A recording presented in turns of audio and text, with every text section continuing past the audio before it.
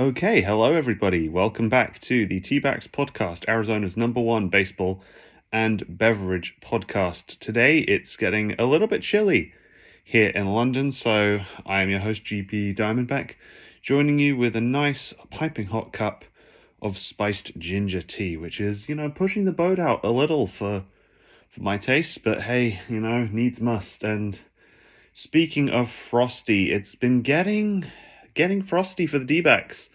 Brandon Pfaadt kind of got the booze coming through from Chase Field fans the other day as he gave up a grand slam and D-backs slumped to a loss. So let's start at the top, recapping the last 2 weeks for the D-backs.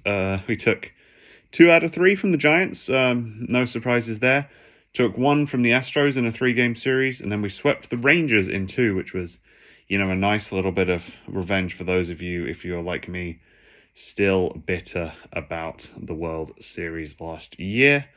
And we're now looking to avoid getting swept at home by the Brewers, who took the last 2 games from us, and they lead the NL Central by 11 games over the Cubs. So, they're a good team.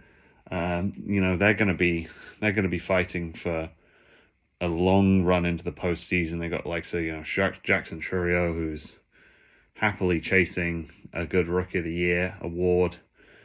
And, we haven't kept pace with them so far. Rodriguez is getting beat up in his starts. And Brandon Pfaadt didn't look his usual self. There was talk that, Ryan Nelson would be, one of the aces that would be worth having going into the postseason. He has just gone onto the 15-day injury list as our injury woes continue. Speaking of roster changes, let's update you. Slade Ciccione's gone back to Reno. He has been optioned, and the arrivals have been Brandon Hughes and Yilba Diaz arriving in their place. And if you are like me and you saw what happened in July with Diaz's starts, he had 4 starts in July while he was with the Diamondbacks in the majors. First 2, pretty much lights out. He was impressive. If we get his stats up, pitching stats up on MLB.com, you don't have to scroll very far to find him. 1 win, 1 loss on his stats, but he has an ERA of 4.13 in 5 games. So 24 innings pitched, 22 hits, 11 runs, and all 11 of those earned runs as well, which is pretty close to the baseline that we're going to want for our pitchers. And he's been okay in AAA as well. I think a lot of people would be expecting him to take a starting spot in the rotation again, depending on how things look. But Torey Lovullo has come out this week, and they have said he'll probably be a length guy from the bullpen, just to make sure that we don't have too many guys like our effective bottom end relief pitchers like AJ Puck, Justin Martinez, Kevin Ginkel having to do too much in different spots. We don't want those guys pitching, more than a couple of innings. As good as they are, especially Ginkel as being a put the fire out kind of guy, it's been a bit dodgy. And Dylan Floro, who so far this year had been 3-1, has really sort of collapsed in the last couple of games. He gave up 5 runs when he came in against the Brewers. So I think we need to rely on him a little bit less. He seemed like somebody whose matchups and pitch choices and, being that kind of veteran pitcher that he is, might do okay. But, he's dropped to an ERA of 9.37. So that's not exactly where we need him to be when you compare him to, somebody like AJ Puck, who's at 0.45. And, it's been a bit of a mess on that front. So the trend of the things has been pretty negative, actually, overall through first couple of weeks of September for the Diamondbacks. So as we sit here and we honor and, take in Roberto Clemente Day in the majors on what's probably going to be quite a nice late afternoon, early evening at Chase Field, as jealous as I am that I can't be out there. it is a must-win game, and I think many people are going to argue that in terms of where D-backs stand, what we need to happen today. If we get the standings up in front of us after yesterday's 15-8 loss, we are currently 2 games now off of the Padres, which, we found ourselves like top of the NL wild card only a couple of days ago, but now the Mets and the Braves are both just 1 game off of us, and we're 2 games back from the Padres in the NL wild card. Diamondbacks 82 and 66, while the Padres are 84-65, and then both the Mets and the Braves are really coming for us. They're both 81 and 67. So let's look in terms of matchups. Padres are going to finish a set against San Francisco today. The Braves are going up against the Dodgers, and the Mets are going up against the Phillies, which, should help us. If we can take 1 game from Milwaukee today, it's not an unreasonable expectation for both the Braves and the Mets to lose today. Mets obviously going back and having another crack at the London series matchup today, going up against the NL leaders in the East, the Phillies. The Braves are playing the leaders in the West, and we are playing the leaders in the Central. But the Brewers are on a streak of 3. Phillies are on a streak of 1. The Dodgers have lost their last 2, so hopefully they can recapture a little bit of form. I thought Shohei Ohtani was supposed to be the greatest thing to ever happen to baseball, but maybe that's not all that good for them at the moment. Yeah, let's get back on track, and rather than me just having a grumble about Ohtani being unfair and a cheat code and everything else, let's talk about D-backs. Let's talk about things we can affect. And speaking of special talents, it's going to be Zach Gallen back on the mound today going up against the Brewers. The Milkman so far has a 3-1 record with a 3.00 ERA in their last 5 games, and I think we need them to deliver the kind of pitching we know Zach Gallen can deliver, today. He's struggled a little bit. He's, either been lights out through 3 or 4 and then has really kind of fallen off that cliff, to borrow a term from Formula One when we talk about tires, in like the 5th and 6th inning.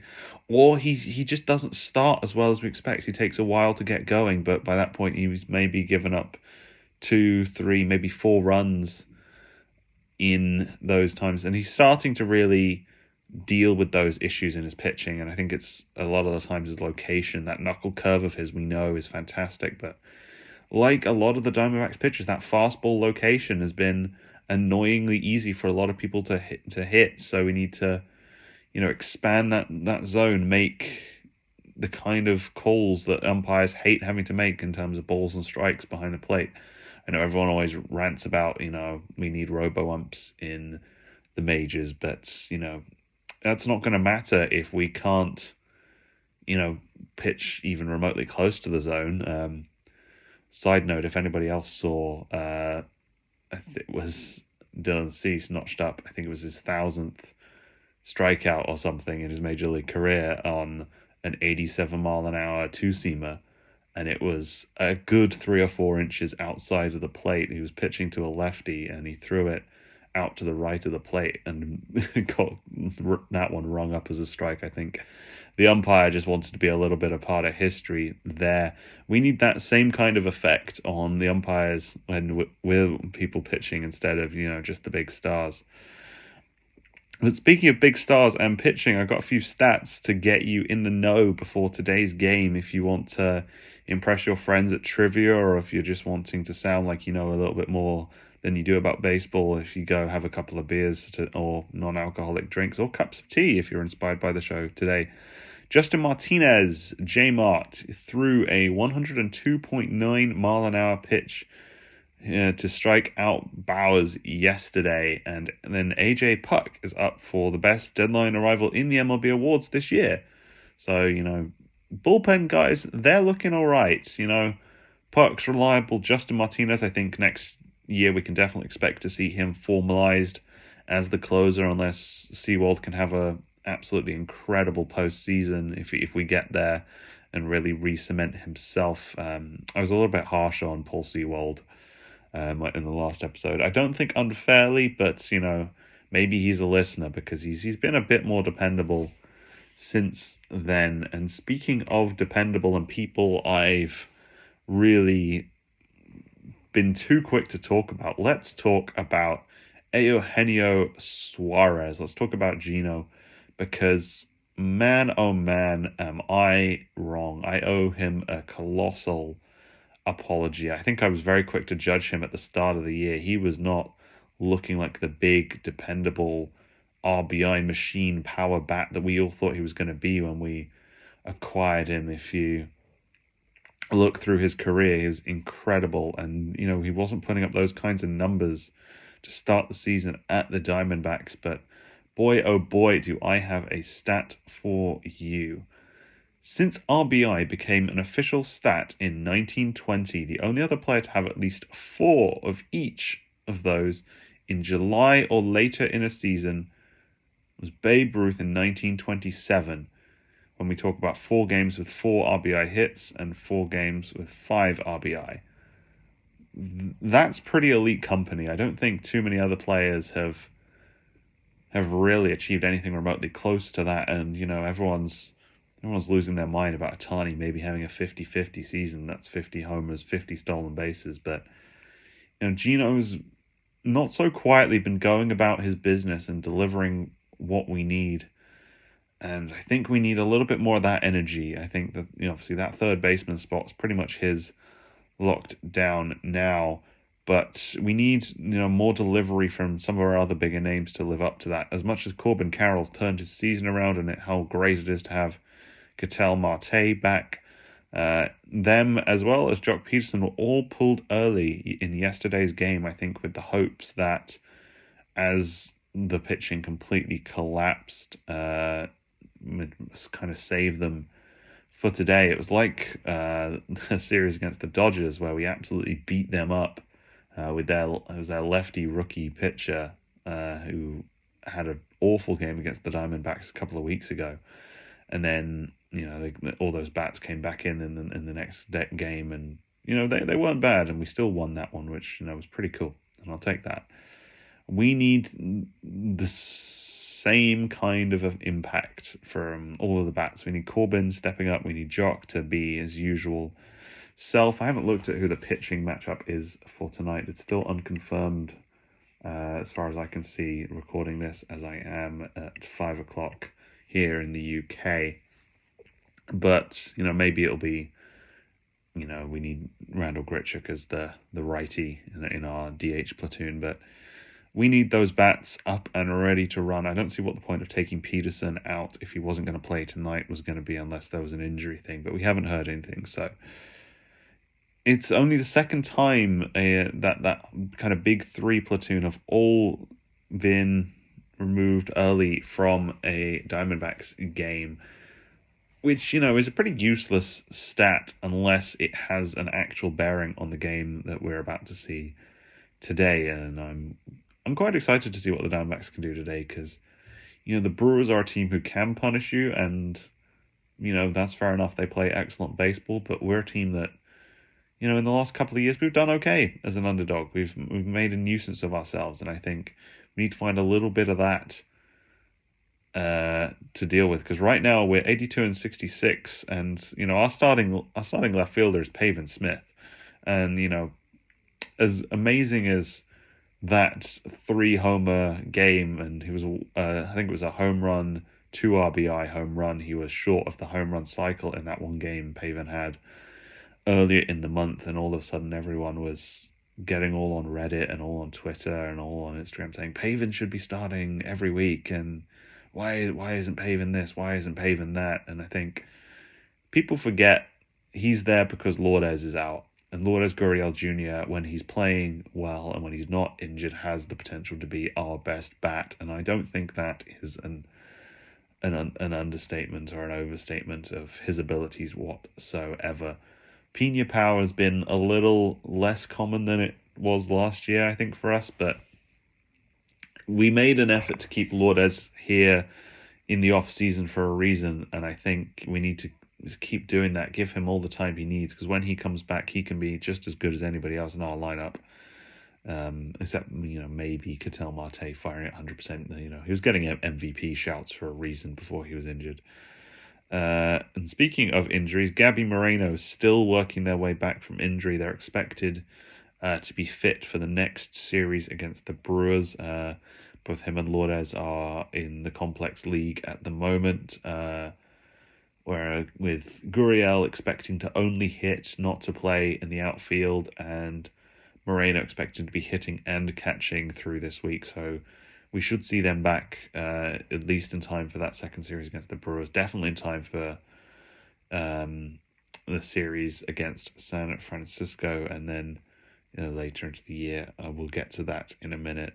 It's not all doom and gloom, but there has been that strange sense of fragility creeping into the Diamondbacks. September, after tonight, we're on the road for 3 against the Rockies, which we'll be expecting to see Merrill Kelly. If he's doing okay, he'll get one of those games. You'll probably see Jordan Montgomery, Lord help us, in one of those.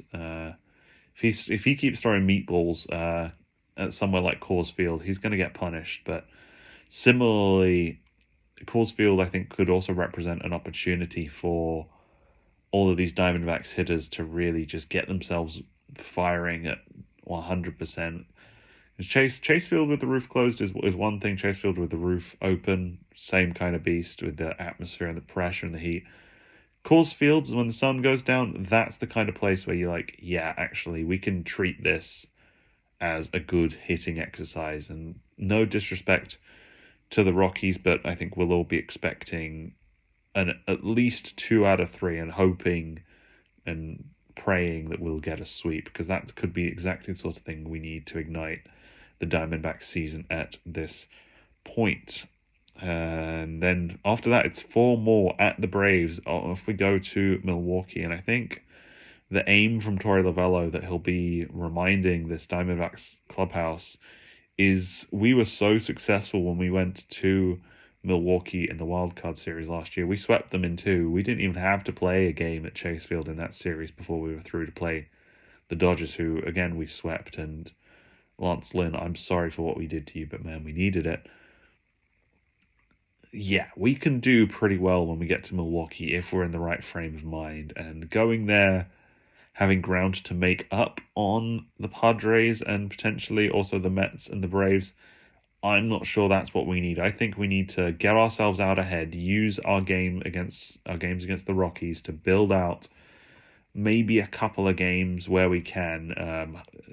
3 would be more than I'd dare to dream of a lead in this wild card race at this point in the year. But we got to develop a way to make that happen. And even if it's not playing the prettiest baseball, go back to, bunt and run and drag bunts. And, I think maybe missing the speed of Alec Thomas is another reason why we may be not doing that. But, we got Rake and Jake McCarthy. We got Corbin Carroll. We got Geraldo Perdomo. These are all guys who, in a pinch, can bunt really effectively, get themselves on base, steal some bases, cause some chaos on that base. Go back to that mantra. Keep reciting that. Keep cheering on the team. Keep saying, go cause chaos. Go, go, go, go, go. Make things happen. We've got to get that energy in the fan base going, because I've seen a lot of people this week on social media talk about how sick they are of the number of away fans we keep seeing in Chase Field, or how annoying it is that so many people leave early when the Diamondbacks are trying to get a rally going and when we're behind in a game. And, people have lives, people have things to get back to, but if you're going to go to a game this late in the season, the team need all the help they can get. And I think for those of you guys who aren't several thousand miles away, unlike me, because I'll be sitting here screaming at my laptop as the sun goes down here in London, if you're going to a game, go and make the difference. Be the kind of fans you want to hear. If you're sick of there being a terrible atmosphere at Chase Field when we're doing poorly, start that thing. Don't just start a Mexican wave. Get jawing at the umpire. Get encouraging the people who are on deck about to go into the game. This is a team that when the atmosphere and the fans and the players are all connected and pulling in the same direction, we are unstoppable, and I think we were getting there. We got to the World Series last year with that kind of energy. We need a bit more of that, because then we could be back in the chase for the wildcard spot at Chase Field, no less, for 3 games against San Francisco as our penultimate series of the year, and then it's Players Appreciation Weekend. 3 t-shirts up and available for fans at Chase Field as we finish our season with an incredibly meaningful, or something that has the potential to be a decider series for our season of baseball, 3 against the San Diego Padres. And man, oh man, is that going to be intense. Currently we're 2 back from the Padres. We could be 2, 3, maybe 4 games ahead of them if we play good baseball going into that series. But if it's remotely close, you just know that they're going to come to Chase Field. There's going to be so many people wearing that brown and gold who all pile into town to try and ruin the D-backs atmosphere. And we have to get on top of them. We got to be louder than them. And if you're going to Chase Field for any of those games, I would encourage you to go try and be that difference that you want to see in your franchise.